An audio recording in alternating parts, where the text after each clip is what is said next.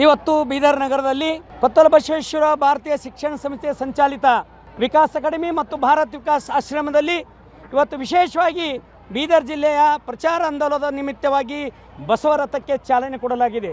ವಿಶಿಷ್ಟವಾಗಿ ಸಾವಿರಾರು ವಿದ್ಯಾರ್ಥಿಗಳು ಶಿವನಗರದ ಸರ್ಕಲ್ದಿಂದ ಹೊರಟು ಬಸ್ ಸ್ಟ್ಯಾಂಡ್ ಮುಖಾಂತರ ಮಡಿವಾಳ ಚೌಕದ ಮೂಲಕ ಅಂಬೇಡ್ಕರ್ ಸರ್ಕಲ್ನಲ್ಲಿ ಬಂದರೆ, ಇನ್ನೊಂದು ಸಾವಿರಾರು ವಿದ್ಯಾರ್ಥಿಗಳ ತಂಡ ಕಿತ್ತೂರಾಣಿ ಚೆನ್ನಮ್ಮದಿಂದ ಹೊರಟು ಅಂಬೇಡ್ಕರ್ ಸರ್ಕಾರದಲ್ಲಿ ಬಂದು ವಿಲೀನ ಆಗಿದ್ದು ಒಂದು ವಿಶೇಷ ಇದೆ.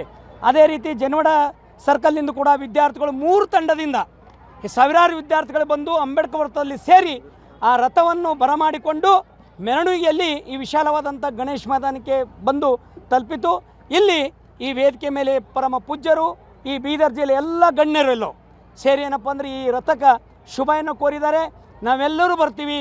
ಸೇಡಂ ಉತ್ಸವ ಸೇಡಂನಲ್ಲ, ಇದು ನಮ್ಮ ಭಾರತೀಯ ಸಂಸ್ಕೃತಿ ಉತ್ಸವ.